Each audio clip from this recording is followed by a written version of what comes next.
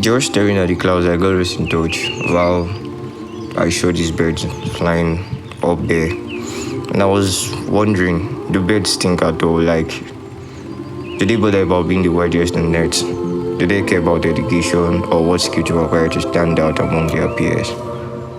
Because these guys, at the rising of the sun, they just open their eyes and they just fly and just exalt God.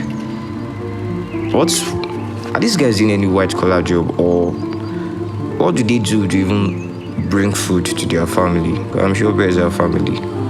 They don't even bother about where to live. These guys don't face depression. They don't parents. They just live. And God decides for them. They don't even bother about anything. Because I feel because they know that their creator never leaves them stranded. So God does all this. Because God is sovereign.